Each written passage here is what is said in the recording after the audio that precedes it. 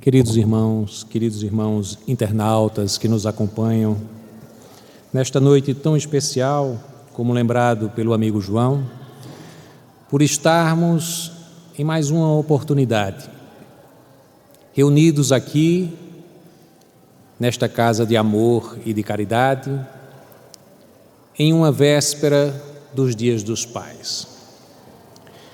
Tive a oportunidade de realizar tal intento nas minhas palestras aqui na Seja, mensais, em duas ocasiões como esta, reunidos aqui no dia que antecede esta comemoração tão especial aos corações que se fazem pais, aos corações que se fazem filhos. E lembrava-me agora, quando João estava a se referir a este momento tão especial que a vivência da espiritualidade nos proporciona, o sabermos que estamos sempre unidos por laços indissolúveis, os laços do amor que transcende tempo e espaço.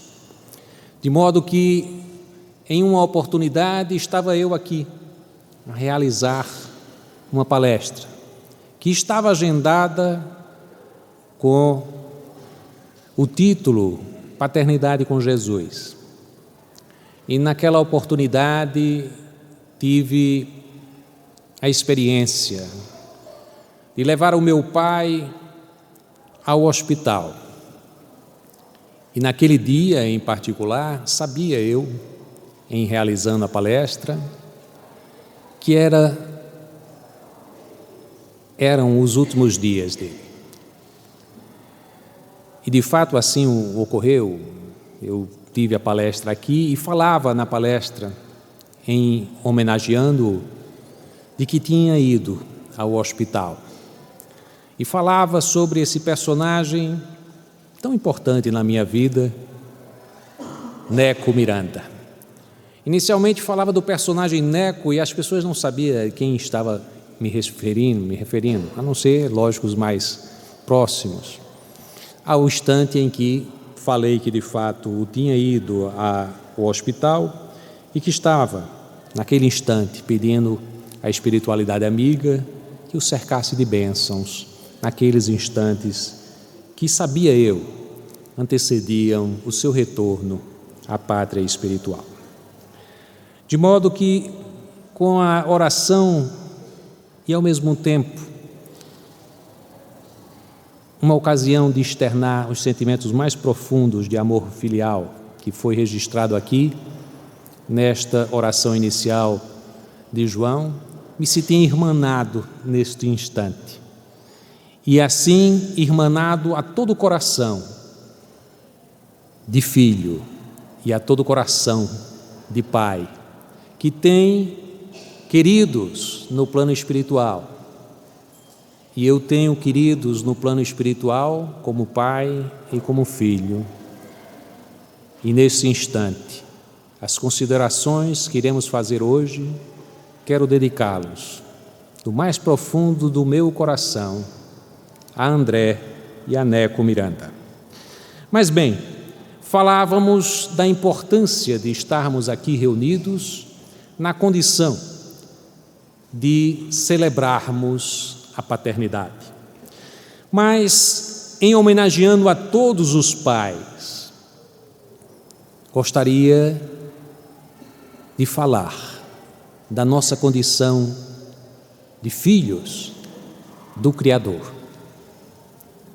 Porque acho que talvez em poucos lares, infelizmente, amanhã estaremos celebrando a paternidade descolados do entendimento de que a grande paternidade, inicialmente a ser celebrada, é aquela que nos vincula ao Cristo e, em particular, ao Pai Nosso.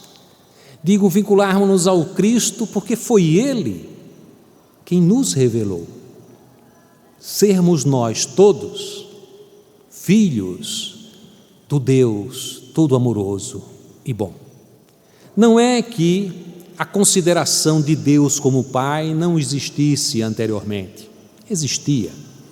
Nas tradições orientais e do próprio povo judaico, referiam-se a Deus como Pai, mas de uma forma completamente diferente daquela abordagem que é trazida pelo Cristo Jesus. Isso é fundamental de se perceber, porque quando buscamos encontrar a expressão da religiosidade que se registra ao se orar o Pai Nosso que nos foi ensinado pelo Cristo Jesus, nós vamos encontrar os primeiros grupamentos cristãos, nos primeiros anos do exercício da cristandade, a ocasião de orar o Pai Nosso era uma ocasião singular, muito especial para os cristãos de então, tão singular que eles se reconheciam exatamente pela característica de orarem o Pai Nosso. E sabiam ser cristãos exatamente porque cultuavam a cada dia a prática de realizar o Pai Nosso. Veja que importância os registros que se tem daqueles primeiros instantes dos cristãos, em que eles tinham como que para eles o privilégio de realizar esta oração, evocando o Pai da forma como o Cristo ensinou. A didaquê, que é exatamente um dos mais antigos registros, além dos registros do Evangelho, a tratar das orientações que o Cristo nos trouxe em sua existência entre nós. É um texto que os estudiosos imaginam ter sido escrito entre o ano 50 e anos 60 do primeiro século, e ele, constituído em 16 capítulos, trata exatamente de como o cristão deve se portar. E há uma passagem específica tratando da oração do Senhor. É interessante porque na didaquê nós vamos encontrar uma orientação para orar e a seguinte introdução: não haveis de orar como os hipócritas, mas como o Senhor mandou em seu Evangelho que o façais. E depois, na conclusão, agregando a oração, existe essa passagem: porque teu é o poder e a glória por toda a eternidade. Que foi uma construção que se agregou à oração que o Cristo nos ensinou e era prática entre os primeiros cristãos. Há, na liturgia dos cristãos orientais, entre os que praticam o cristianismo à moda oriental, a seguinte introdução ao Pai Nosso: digna-te, Senhor, conceder-nos que, alegres e sem temor, nos atrevamos a invocar-te a Ti, Deus celestial, como Pai, e que digamos: Pai Nosso. É uma reverência, um respeito para iniciar algo que o Cristo Jesus nos apresentou de uma forma tão suave, mas era um respeito de se saber reverenciar aquela imagem muito contida dentro de nós, do Cristo nos ensinando a orar para o Pai, o Criador apresentado como Pai, mas com, posteriormente, a prática cristã incorporando esse elemento de respeito. Vamos observar como a liturgia que se seguiu a partir de então considerou um certo distanciamento desta forma que era tão íntima e que o Cristo nos ensinou. E depois, nos encontramos também na Igreja Católica Romana com uma introdução parecida, um certo distanciamento respeitoso, dizendo: nos atrevemos a dizer, e aí se iniciava o Pai Nosso.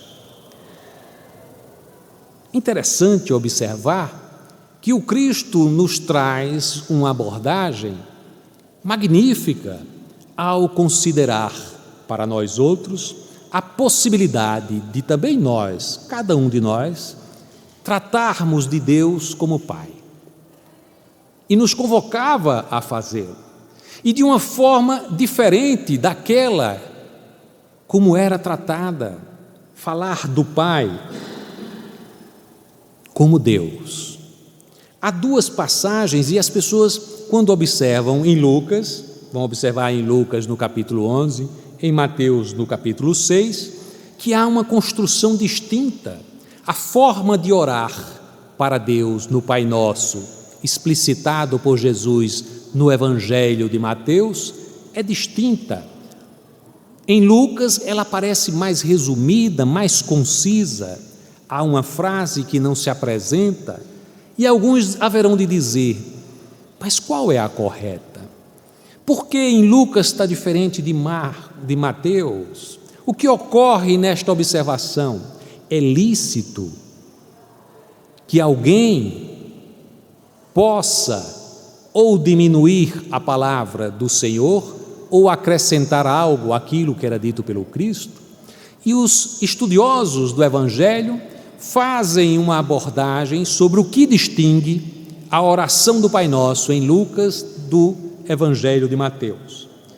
Mas é importante para aqueles que fazem a leitura observar que se apresentam contextos diferentes, porque para aqueles que conhecem o texto em Mateus, vão observar que o Cristo apresenta a oração, Ele próprio, sem nenhuma solicitação inicial, como consequência de algumas admoestações, de algumas reprimendas a condutas que eram tidas como práticas usuais entre os fariseus de então. E ele vai recriminar a prática dos fariseus na forma como eles davam esmola, da forma como eles oravam, na forma como eles jejuavam. Então é um discurso todo construído em Mateus sobre a prática judaica de orar. E dizia o Cristo, recriminando-os, que eles, quando iam orar, faziam questão de estar em local de destaque, para mostrar-se aos outros, para obter a atenção e o reconhecimento dos outros. E falavam que ao dar esmolas, gostavam de se apresentar como beneficiando os outros.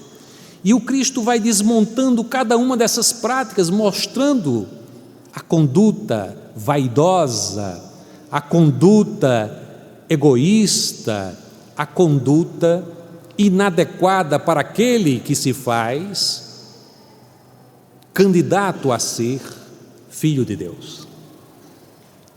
E neste sentido, o Cristo vai fazer uma abordagem dizendo: não façais assim, quando fores dar uma esmola, que tua mão esquerda não saiba o que a direita deu. Quando orardes, ora no secreto. Há uma tradução mais fiel de dizer: ora no teu quarto de despensa, onde guardam as coisas, escondido, onde ninguém irá passar, te recolhe.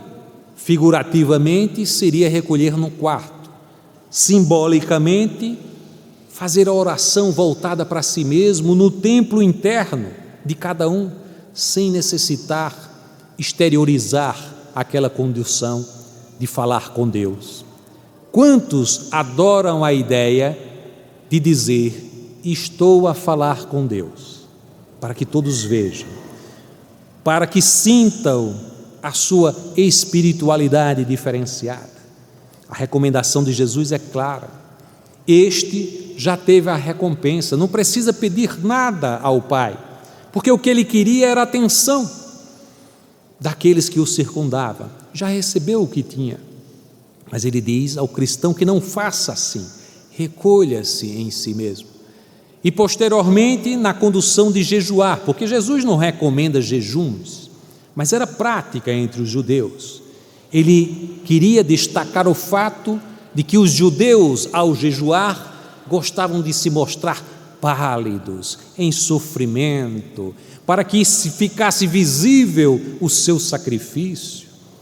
E o Cristo haveria de admoestá-lo aí, e em outras oportunidades, mostrando que essa é uma conduta hipócrita. Estas considerações que o Cristo faz e coloca o Pai Nosso no interior desta abordagem, dizendo: assim deveis orar. É uma passagem magnífica, porque ele está ali a falar com pessoas que já oravam. Eram os cristãos de origem judaica e, portanto, ele queria modificar a conduta de quem já tinha uma relação com Deus através da oração. Em Lucas acontece algo diferente, porque vamos encontrar uma situação em que Jesus estava a orar em secreto, como era o seu costume. E é significativa essa passagem, porque era um costume de Jesus afastar-se para ficar no silêncio de si mesmo e colocar-se em condições de poder falar ao Pai amado. E naquela ocasião chegam os discípulos e vão ao seu encontro. E um deles solicita que ele lhes ensine como orar. E aí é uma coisa extraordinária, porque há uma solicitação dos discípulos e dizem mais: faze assim como o Batista o fazia. Ou seja, em cada um dos grupamentos judaicos havia sempre uma característica que fazia reunir aquele grupamento. Era a forma como eles oravam. Havia uma forma de orar com Batista.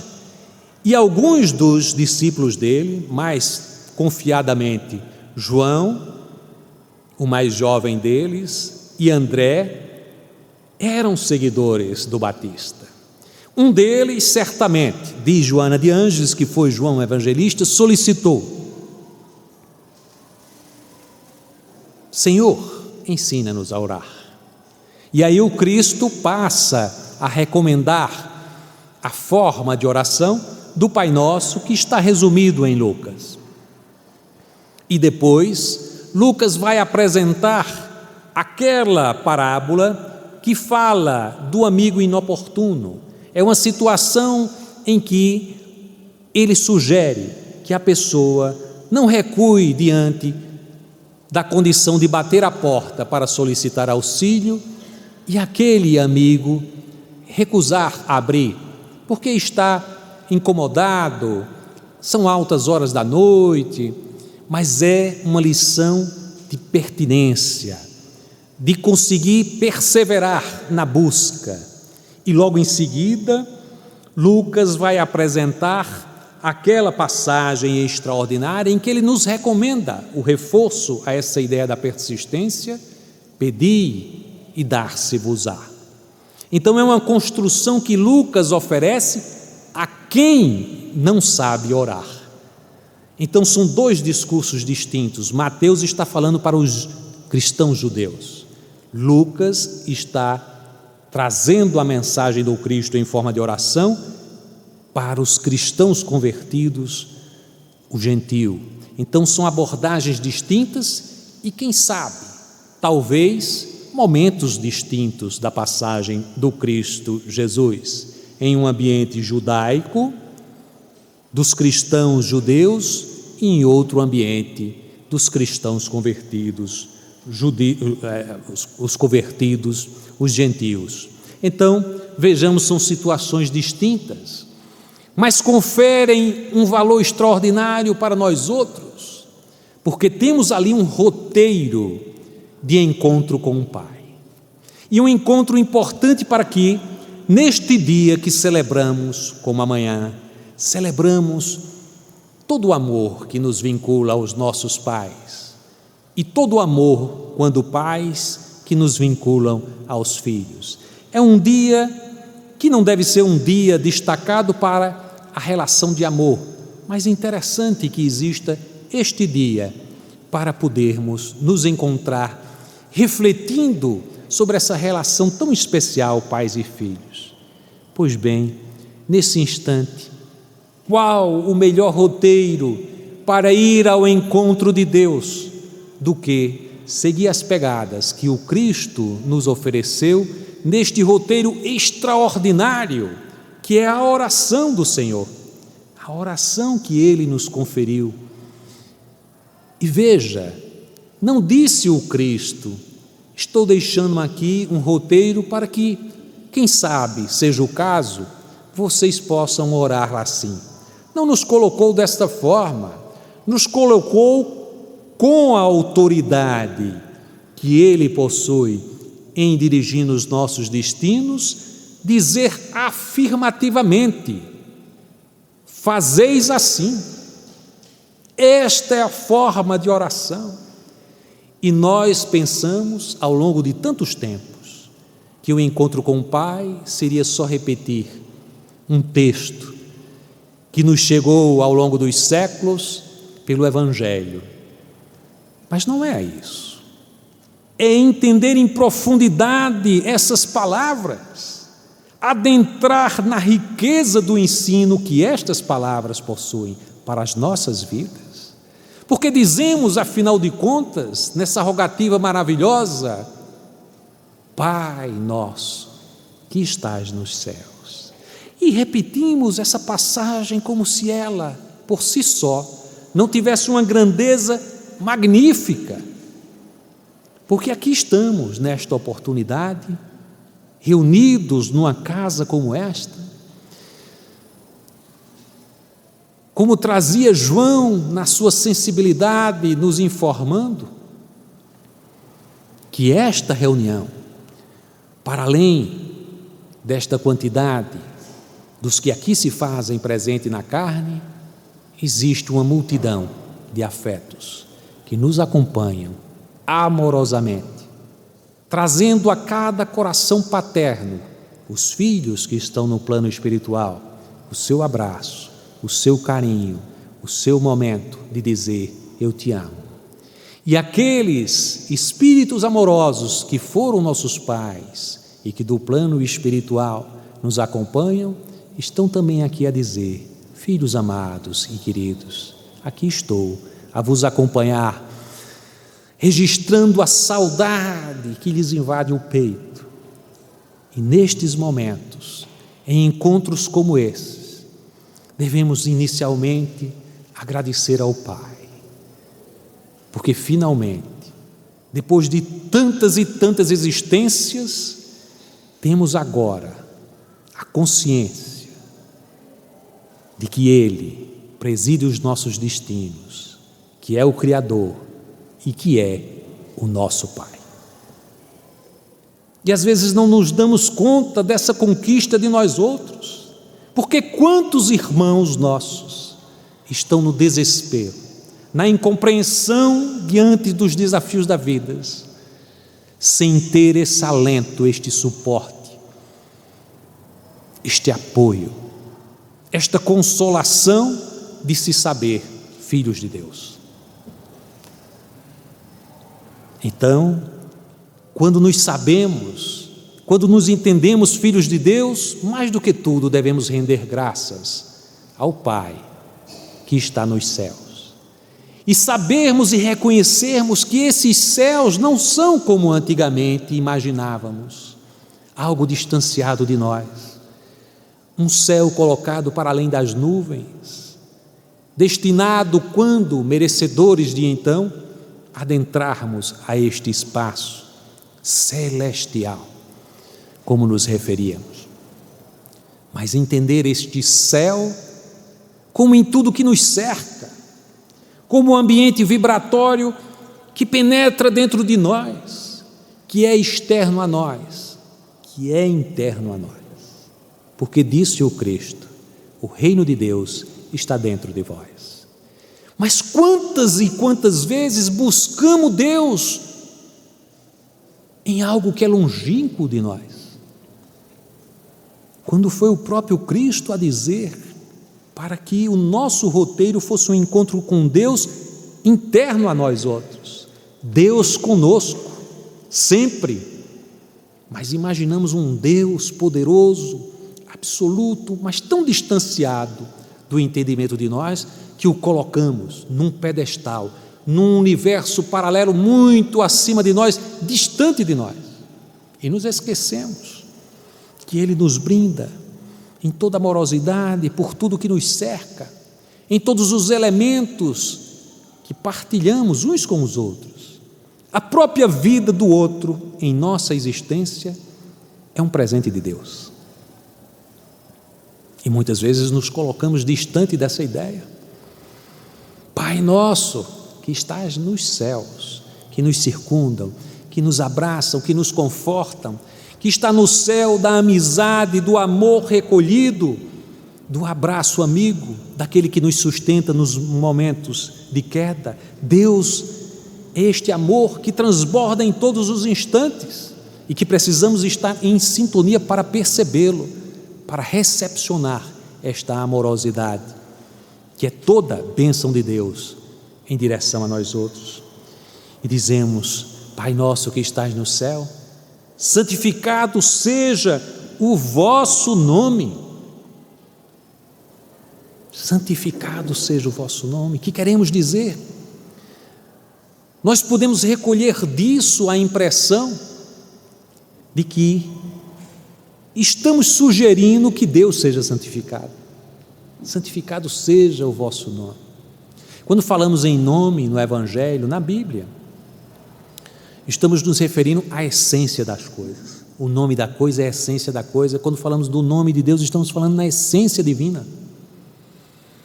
E quando falamos santificado seja o teu nome, queremos falar sobre exatamente ser santificado, a manifestação divina. É um desejo profundo que alimentamos em nossa alma, dizer: santificado seja o teu nome. Porque a essência de Deus está em todos, está na criação divina, somos de essência divina. Quando dizemos santificado seja, estamos querendo, desejando que a criação divina, embora seja de origem divina, não se perca nos erros que o afastam daquilo que é o seu destino, o encontro com Deus, o encontro com o Pai. A sintonia perfeita, como dizia o Cristo, o grande desafio para nós outros é sermos um com Ele, para sermos um com o Pai, como Ele é um com o Pai. Quando Cristo se afirmava sou um com o Pai, não queria dizer que era o mesmo Deus, queria dizer que estava na mesma vibração, queria dizer que tinha a mesma sintonia, e por isso Ele conhecia o Pai, assim como o Pai o conhecia, em profundidade, em sintonia plena, e nos convidava a sermos um com Ele, porque como Ele era um com o Pai, sendo um com Ele, seríamos um com o Pai. Se nos sintonizarmos com Cristo, estamos em sintonia com o Pai, por isso que Ele é o caminho para a verdade e a vida. Eu sou o caminho, porque entra em sintonia comigo, que tu ficas em sintonia com o Pai. Santificado seja o teu nome, Senhor, não porque eu tenha a pretensão de te santificar no meu desejo, que não faz o menor sentido, é porque eu te peço que santifique a tua criação, entre elas eu mesmo, os meus semelhantes, para que possamos ser dignos de nos considerarmos filhos de Deus. Que magnífica construção! Mas falávamos desse Pai. Eu queria parar inicialmente nessas primeiras frases, para que a gente considerasse essa ideia maravilhosa de falarmos com Deus como Pai. Porque os registros históricos, e aqui estamos recebendo um historiador maravilhoso, Zé Otávio, que adentra o salão, e ele certamente haverá de saber muito mais disso, de conhecer muito mais profundamente isto que vou dizer, porque no Antigo Oriente, em particular entre os sumérios, havia uma designação de divindade associada ao Pai.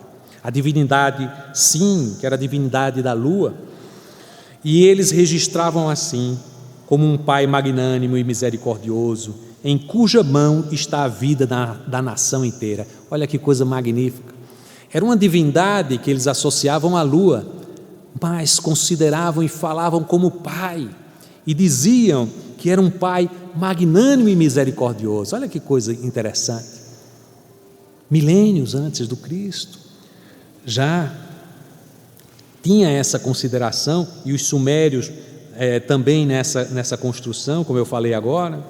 E no Antigo Testamento nós vamos encontrar 14 passagens em que se fala de Deus como Pai. Mas na construção dos judeus, falar Deus como Pai significava o Pai da nação de Israel. Ninguém se dizia nessa filiação íntima, e era Pai do povo judeu, Pai de Israel. De modo que havia uma dimensão egoísta de se entender que apenas os judeus tinham essa filiação divina, mas havia essa consideração de Pai no Antigo Testamento. Mas Jesus traz uma abordagem diferente. Jesus traz uma abordagem diferente. É um Pai próximo, é um Pai amado, não um Pai a se temer pelo seu poder, não um Pai a se temer porque é o comandante de todos os exércitos, o libertador do povo judeu, mas é um Pai para entendermos a grandiosidade do seu amor dirigido a nós outros e nos fazermos dignos desse amor com as condutas que Ele nos ensinou, para que possamos fazer jus a nos elevarmos em direção ao Pai. Essa construção é tão magnífica que há uma expressão que é usada uma vez por Jesus, mas que parecia ser muito comum, digo assim, uma vez no Evangelho, registrada no Evangelho, a palavra Abá, que significa dizer não pai tão somente, mas algo semelhante a papá, como a criança, a primeira expressão que ele vai dizer sobre o pai, aí diz papá, ou então papai, ou paizinho querido, que é a expressão mais correta, ou como nós, os nordestinos, nos referimos, painho, uma coisa mais íntima, mais carinhosa e mais infantil. É exatamente isso, o sentido da inocência. O que devemos pensar é que Jesus dirigia-se ao Pai desta forma: painho. Já imaginou essa expressão, paizinho querido?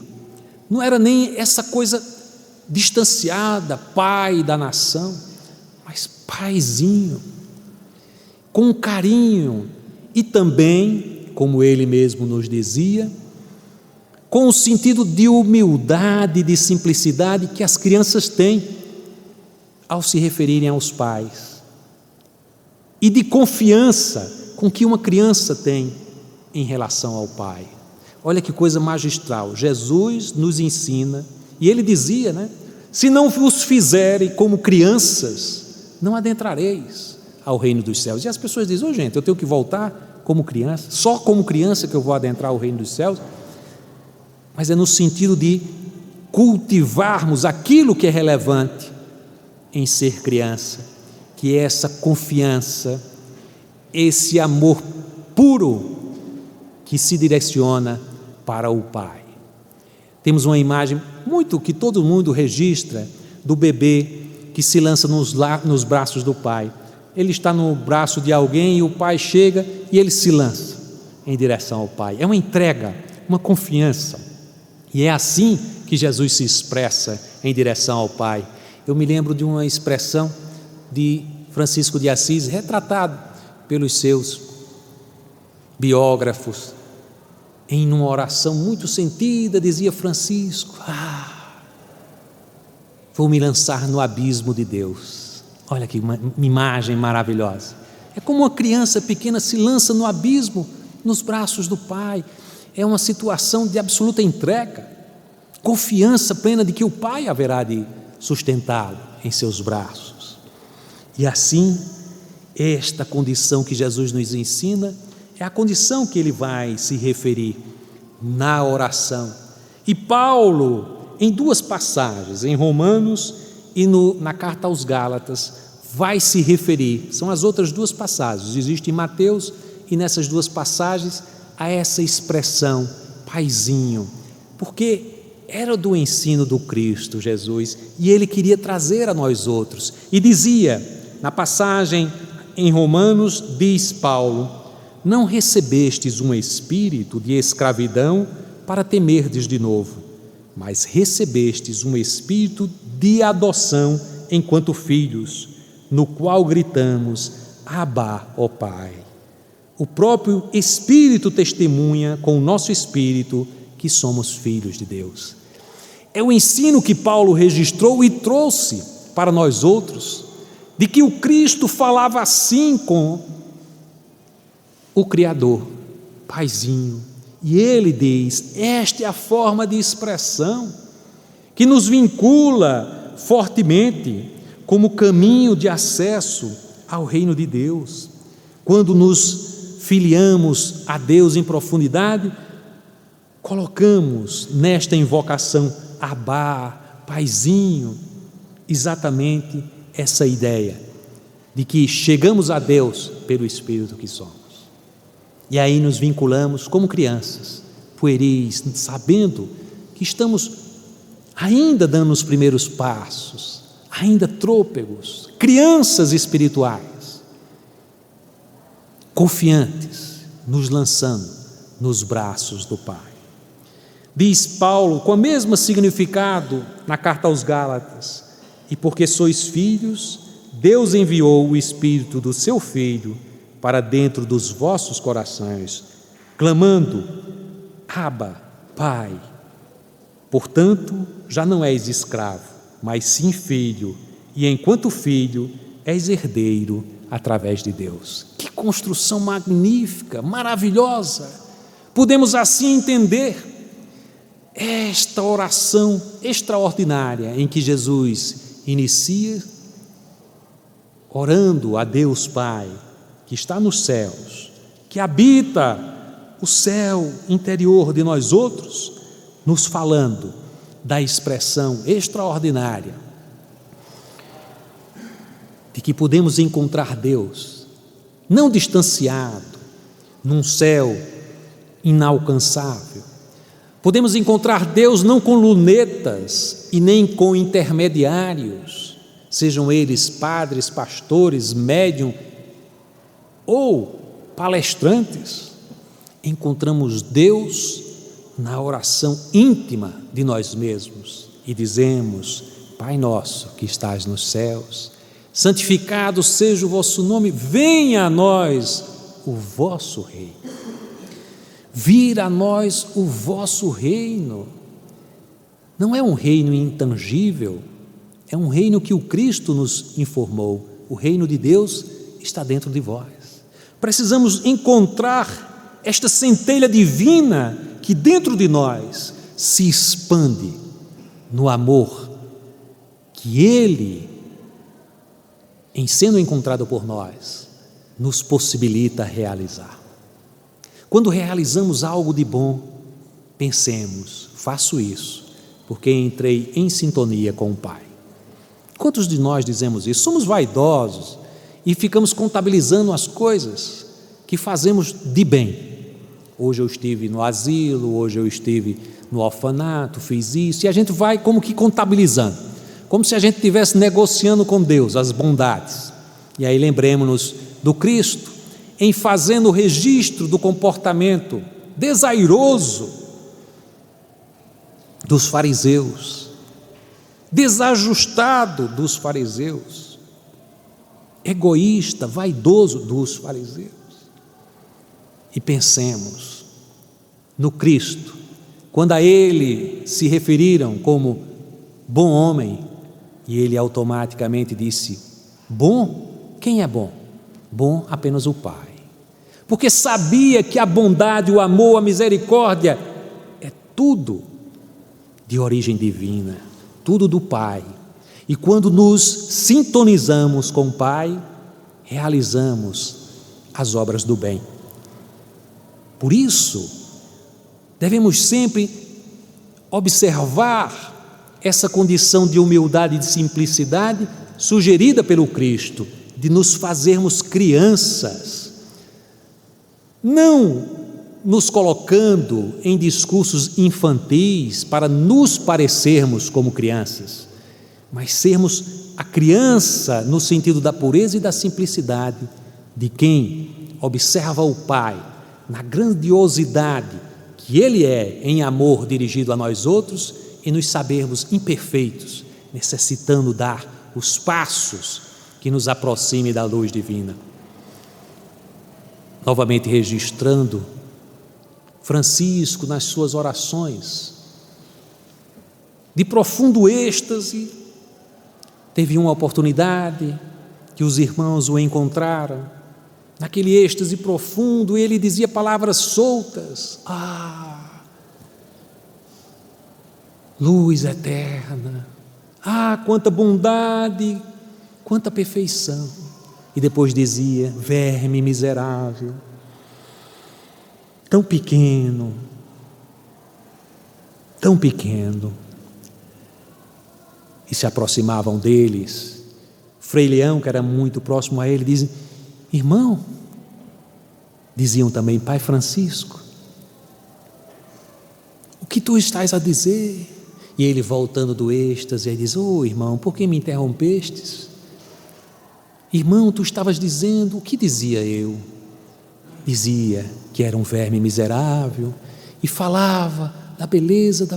irmão, é porque tive a oportunidade em que o Pai me deu de alcançar, não sei nem como te dizer, era tanta beleza, adentrei nos céus do nosso Pai, e era tanta beleza, tanto encantamento, e eu olhava para mim mesmo, a miséria que sou, e dizia: sou um pobre verme, diante de tudo que era belo que me era oferecido. Que magnífico espírito Francisco de Assis! E como isso está concatenado com a ideia que o Cristo nos dá, de sermos como crianças, simples, diante da grandiosidade do Pai. Falarmos amorosamente Pai, mas entendermos a grandiosidade desta palavra Pai. Pai nosso que estás no céu, santificado seja o vosso nome, venha o teu reino de amor, de misericórdia, para que adentre no nosso espaço ainda imperfeito e possamos nos contaminar com toda a luz do teu reino dentro de nós, para sermos agentes dignos a santificar a tua criação. Honrar a ti, Senhor, nos santificando. Buscamos entrar em sintonia contigo, com as tuas lições. Venha a nós o vosso reino, seja feita a tua vontade, assim na terra como nos céus. Nos planos que vivenciamos, nos estágios que aqui estamos na terra, há momentos que vivenciamos em outras moradas espirituais, e tanto lá como cá, seja feita a tua vontade, Senhor. Senhor, que o pão nosso de cada dia nos traz hoje, nos dai hoje o pão, não apenas o pão que alimenta o nosso físico, mas fundamentalmente o pão espiritual que alimenta a nossa alma. E quando percebemos esse discurso rico que é trazido pelo Cristo, imaginemos, estamos falando de necessidades de nós outros. Senhor, dai-nos o pão do entendimento, porque ainda somos precários no uso da razão, vaidosos que somos, dizemos somos engenheiros, doutores em economia, doutor no direito, doutor nisso, doutor naquilo, na medicina. Somos vaidosos da conquista da razão que já realizamos no nosso percurso evolutivo. Precisamos buscar realizar os nossos mestrados e doutorados espirituais e dizermos: Senhor, dai-nos o pão do entendimento, para que a nossa inteligência não se movimente apenas para entender, compreender, modificar, transformar, produzir na esfera da matéria, mas que sejamos capazes de recolher todas as impressões espirituais e nos abastecermos profundamente deste alimento rico e podermos avançar contigo, Senhor, na direção do Pai. E recolhermos este alimento espiritual significa produzir uma inteligência diferenciada, na qual hoje a experiência que somos, eu, Érico, cada um dos irmãos que aqui estão presentes, podermos dizer que essa experiência seja rica, porque eu agora me entendo para além do corpo físico como espírito imortal. E as conquistas que eu busco nessa existência, vivendo no mundo sem ser do mundo, buscando a filiação espiritual que me faz crescer naquilo que sou verdadeiramente, o Espírito, Filho da luz. E é um discurso dirigido à nossa inteligência. E depois, um discurso dirigido às nossas emoções. Pensemos, quantas emoções que temos no exercício cotidiano e que são absolutamente envenenadas. Nossas emoções são envenenadas pela mágoa, pela forma como julgamos os nossos semelhantes, e vamos nos distanciando nesses pequenos ranços, nesses pequenos atritos, porque não nos reconhecemos irmãos uns dos outros. Mas a oração do Cristo é um roteiro para esse entendimento, e dizemos: Senhor, perdoai as nossas ofensas, assim como perdoamos os que nos têm dívida. É um exercício magnífico, porque veja, o caminho para a obtenção do perdão dos nossos equívocos passa pelo movimento que realizamos de perdoar os nossos semelhantes, naquilo que eles, como espíritos ainda em desequilíbrio, como personalidades ainda aturdidas, nos provocam de dores, provocam a maceração do nosso conforto espiritual e moral, porque chegam nos alfinetando com a calúnia, porque chegam nos alfinetando com a traição, e somos tomados em nossas emoções pelo rancor, pela mágoa, pelo ódio. Mas dizia o Cristo, inclusive na sequência da oração, ele faz o registro extraordinário, dizendo a nós outros, fundamental, que perdoai os vossos pecados, os erros dos teus próximos, para que possais ter direito ao perdão. Ele faz esse registro e depois vai fazer outros registros sobre a importância do perdão, mas é singular que depois do Pai Nosso, o Cristo reforce a necessidade do perdão. E a única passagem que Mateus registra, é registrado por Lucas, como eu disse, é registrado por Mateus, mas Marcos só vai fazer o registro exatamente do perdão, como se dissesse: se tiveres o perdão, já começas a ter condições de conversar com o Pai. Olha que importância do perdão. Essa passagem é fantástica porque nos convoca a pensarmos os nossos desequilíbrios na área emocional, porque só teremos condições de avançar em direção ao Pai se equilibrarmos as nossas emoções, reconhecendo aquele que nos ofende como um irmãozinho ainda doente espiritualmente, e por isso mesmo necessitado que possamos agir em direção a ele diferente da forma como ele age em relação a nós, porque o próprio Cristo dizia para não revidarmos. Se alguém te dá um tapa, oferece a outra face. não queria dizer que nós ficássemos levando um tapa toda hora, um tapa aqui, outro tapa ali, não. Oferecer a outra face é oferecer a outra face da moeda, agir diferente. Se ele vem com a agressão, vai com amor e com o perdão. É a outra face. É difícil. Mas o Cristo não fez essas recomendações para ele. Ele era assim. Quando ele nos afirmou estas sentenças, queria dizer que éramos nós que necessitávamos realizar isso. E que era possível, porque senão ele não faria.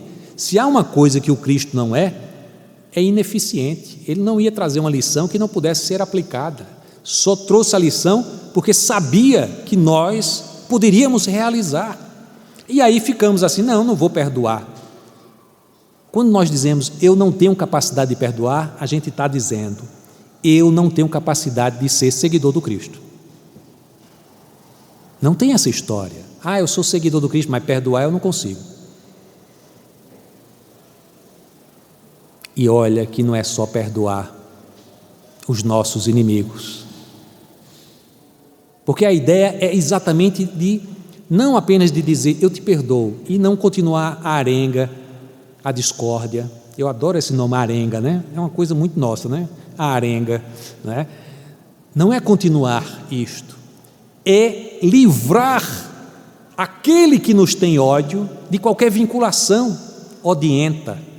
Livrar é esquecer por absoluto, dizer, eu não tenho nada contra ti, tu podes até ter contra mim, mas eu não tenho, e do fundo do coração sentir isso, e aí você se livra. Não precisa vir em outras encarnações com companhias que não lhe são adequadas ao progresso espiritual, porque você já se desvinculou de qualquer sensação de ódio. E depois diz o Cristo, falando para aquilo que em nós é uma preocupação fundamental, que diz respeito àquelas condições em que somos assaltados, nas sensações, por grandes aflições. Senhor, livra-nos das tentações. Senhor, as tentações são os nossos testes. Não nos induzis a tentações. Algumas pessoas imaginam, mas Deus e o Cristo nos colocar em tentações, nos colocar em situações onde o mal nos invade, porque nós consideramos as doenças, as perdas de ente querido como algo mal em nossa vida, mas não é assim. Na realidade são tentações são testes, e servem para a nossa superação das deficiências que temos. Quando reconhecemos isso, podemos dizer, Senhor,